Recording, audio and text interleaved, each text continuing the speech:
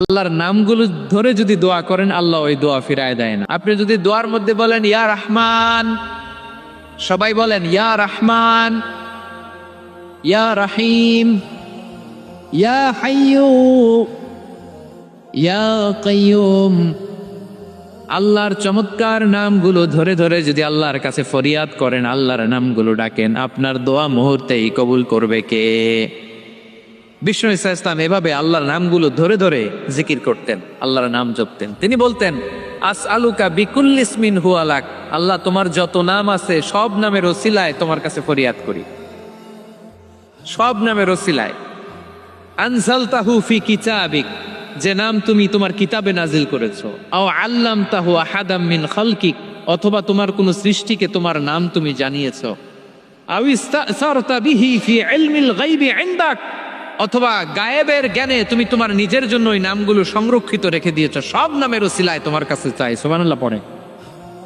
তার মানে আল্লাহ তোমার যে নামগুলো আমরা জানি এগুলোর ওসিলায়ও চাই, যে নামগুলো আমরা জানি না সেগুলোর ওসিলায়ও চাই। আল্লাহর সব নাম আল্লাহ আমাদেরকে জানায় নাই, কিছু নাম জানিয়েছেন, কিছু নাম তিনি জানান নাই। সুবহানাল্লাহ বলে। আল্লাহ তাআলা তার কিছু নাম কোরআনে উল্লেখ করেছেন, কিছু নাম স্পেশাল কিছু নবীদেরকে জানিয়েছেন, আর কাউকে জানান নাই। কিছু নাম তিনি কিয়ামতের দিন আমাদের সামনে প্রকাশ করবেন যে এটাও আমার একটা নাম, এটা তোমরা কেউ জানতা না। সুবহানাল্লাহ, সারপ্রাইজ হিসেবে আল্লাহ তাআলা রেখে দিয়েছেন, কেউ জানে না। কিয়ামতের দিন আল্লাহ তাআলা সেই নামগুলো জানাবেন। আর কিছু নাম আছে সেই নামগুলো আল্লাহ কোরআনেও বলে নাই, কোনো নবীরেও জানায় নাই, কিয়ামতের দিনও সারপ্রাইজ হিসেবেও জানাবে না। ওই নামগুলো স্বয়ং খোদ আল্লাহ ছাড়া কেউ জানে না।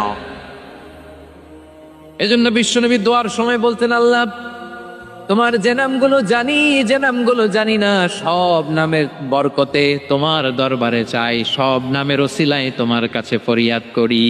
সুবহানাল্লাহ বলেন। তাহলে সূরা হাশরের মধ্যে আমরা আল্লাহর মোট কয়টা নাম পাবো দেখি, মনে আছে কিনা? হ্যাঁ, কয়টা? আওয়াজ করে বলেন কয়টা? মাশাআল্লাহ। তাহলে প্রিয় বারুয়াখালীবাসী বলেন তো, সূরা হাশরের শেষ 3 আয়াতে আল্লাহর কয়টা নাম দেখা মিলবে? সবাই একসাথে আওয়াজ করে কয়টা? আসুন আমরা শুরু করে দিই। আল্লাহ তাআলা বলছেন হুয়াল্লাহুল্লাযী লা ইলাহা ইল্লা হুয়া আলিমুল গায়বি ওয়াশ শাহাদাতি হুয়ার রহমানুর রহিম। আল্লাহ বলেন হুয়াল্লাহ, তিনি হলেন আল্লাহ, আল্লাযী লা ইলাহা ইল্লাহু, তিনি ছাড়া কোনো ইলাহ নাই। আছে নাকি? বারুয়াখালীবাসী আওয়াজ করে বলেন তো দেখি আমাদের ইলাহ কয়জন? আর জোরে বলেন। একজন হইলে ভালো না বেশি হইলে ভালো? ওয়া ইলাহুকুম ইলাহু ওয়াহিদুন লা ইলাহা ইল্লা হুয়ার রহমানুর রহিম। আল্লাহ বলেন তোমাদের ইলাহ হলো একজন, তিনি ছাড়া কোনো ইলাহ নেই, তিনি দয়াময়, তিনি মেহেরবান। ইলাহ যদি একজন না হয়ে দুইজন হতো, ঝামেলা আছে না নাই? লাউ কানা ফি